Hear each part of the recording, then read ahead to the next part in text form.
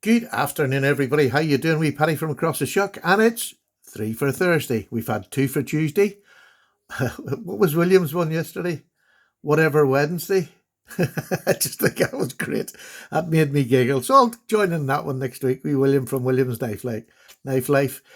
This is three for Thursday, and I've got three budget knives this week that you haven't seen. I don't know whether they'll all warrant an individual video. I know this one will. The other two, not too sure of, but I just thought I'd let you see because it's the sort of things I buy on a regular basis because it's for the channel. It gives me interest in knives at budget prices because I have a lot of my subscribers love their budget knives. So do I. So let's get started. We'll move these just to the side. This was the first one, the Joker knife. I'd been looking for somewhere in the UK that sold Joker knives. I eventually found one. I've actually forgot the name of the company, but I'll put it down below the name of the company that had them. They only had a few. This is a Spanish company, and they're handmade knives. And this one's in olive wood.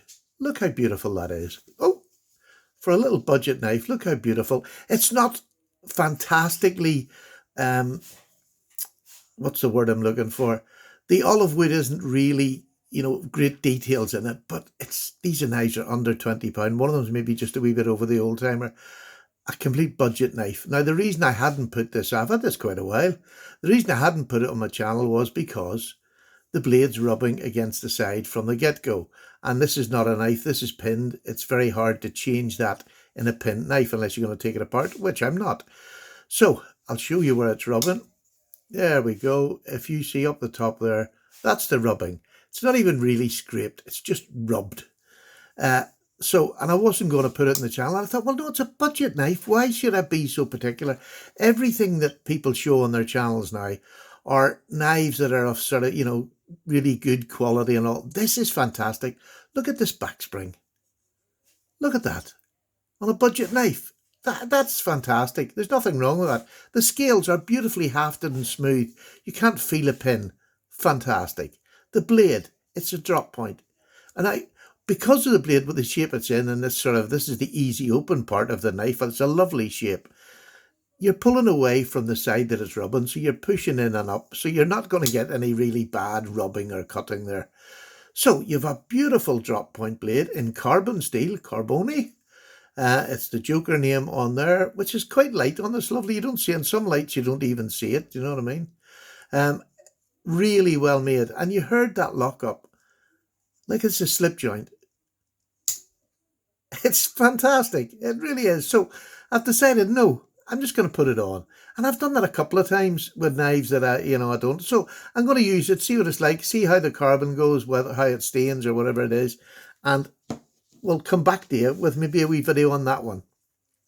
The next one is an old-timer. Now, I love old-timer knives. The ones I have a couple of them, and they're American-made. This is my first time with a Chinese-made, in Battenfield or whatever it's called. I think that's the name they're under now. Look at this. A beautiful knife. It's a four-bladed knife. How often do we get a four-bladed knife? I'm saying it's a four-bladed knife. Oh, it is, yes. It's so well tucked in there. That's lovely. The back, no gapping. Up here, there's a couple of springs that are a little bit low.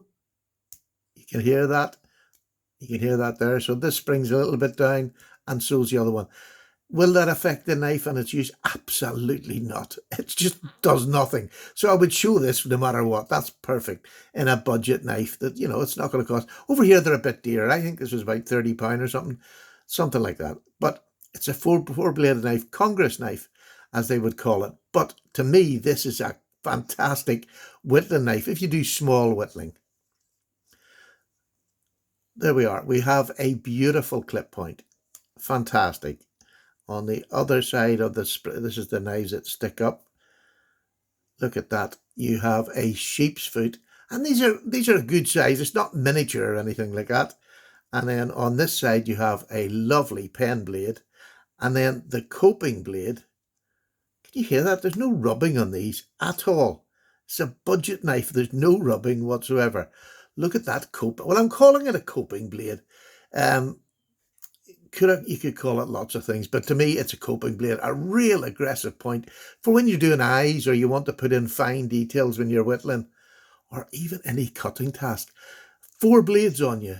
Who's going to go through 4 blades in one day? Not many people, I suggest. The action is, it's all right. It's not brilliant. Right, this one, where's this? I see that, yes.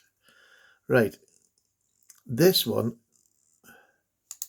got caught there on that blade. I just double check that again.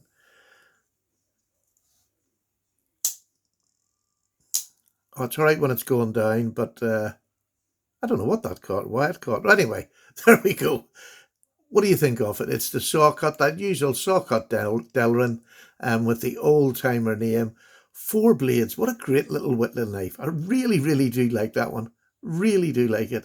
And it'll go with the collection. Now, at least now I have the Chinese, and the American made ones are better made than this. You know, the fit and finish is better on them, I have to say.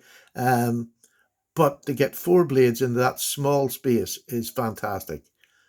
I really do. I just love it. I mean, the engineering to do these things, it's not simple. I know you got these fancy big knives, but when you're trying to get 4 blades into a place like that, that takes real experts. You know, it takes finishing that's quite of a high standard compared to just a blade that's pinned in. Do you know what I mean? This is a lot of work, and for the price they're selling them for, fantastic. So there's that. And here's one that I bought. If you go way back in my channel, I think I got one of these. I think this is under £10 or just about £10. And it's Whitby knives. And now, I didn't get it from Whitby. I got it from the same place as I got this. So I'll put that company here where I bought it down in the description. This is one of these intelligent packages where you can just pop the back out. You don't have to cut round and do yourself an injury. God, my speaking is terrible today. That old English is hard to learn. So this is it. It's in I think this is a hardwood of some sort, but very poor quality. Again, £10, $10, whatever way you want to think of it. Pretty poor quality. The centering in the blade is flipping great. It really is good. This is just pinned together. It's a bit shoddy finished up around here. Look at that there. There you can see it. There's gaps here and here. It sticks out, the wood protrudes. You know, it hasn't been hafted to make it look nice, which is something I'm going to do. I'm going to haft this down and smooth it out and just see how much better it looks. And I'll bring that back. I'll maybe do that on camera one day with one of these wee knives. Great back spring. That shocked me there. My other one wasn't that good. That is a real good. And again, that's the sort of thing you're going to get with a £10 knife. They will be different. They'll not always be all this typical back spring. Look at the shine on that blade. That's a really lovely blade. Good gosh, that is great. Now, back spring is really good, the back spring. Just up here where the bolster, this is pinned on here. I suppose I hit that with a hammer. That would cure that. I'll try that as well. We'll see. So remember that little gap there. I think a hammer will bring that in, but it's certainly not affecting a knife. That is rock solid. Up, down, it is absolutely rock solid. And just simple pins. But for £10, the last one I had, I don't know where it's gone. I was trying to find it today because I used a life out of it. So this is, I believe, in carbon steel as well. Not 100%. Let me just double check. Doesn't even say. No, maybe it's stainless. Doesn't say, but I'll use it and find out. I'll use it in a bit of fruit, a bit of meat. But it's a beautiful. Is that Warncliffe? Yeah, I suppose it's a Warncliffe. Absolutely gorgeous. That edge is really good by the looks of it. Super. Let me just see. That edge looks absolutely fantastic. Let me just bring this out here. No, I lied. It's just rough, but it needs a sharpen. It'll get a sharpen. But what a nice little effort for £10 for a beater knife that has that strong, lovely half stop. Listen to that. That's super. Really super. Really pleased with that as well. So what I'm going to do is I'll do this. I'll hit this with a hammer. I'll shave the wood down, make it look a bit more respectable, and give it a coat of oil. So there's my 3 for Thursday. Knife collecting isn't all about the high-end knives. It just definitely, not for me, it's not. It's about Getting different. This is a cheap Spanish one, a Chinese one, and I'm sure this is probably made in China as well. But these are just cheap knives that you can use, abuse. I enjoy collecting a lot. I really, well, you know I do. So I think these are great options. I'll put the company down where I bought these. I believe I got this one at Moonraker, the old timer. I think that was Moonraker. But I'll put the company down below. Go and have a look and see what you can pick up. But I've really changed my mind on this one. Really changed. This is a lovely looking knife. This is a real usable knife. So there's my 3 for Thursday. Just over 10 minutes. I'm away. See you next week for 3 for Thursday. Take care, everybody. Bye-bye. Oh, here. Guess what's coming in tomorrow's video? Now look at this. It's coming from the budget.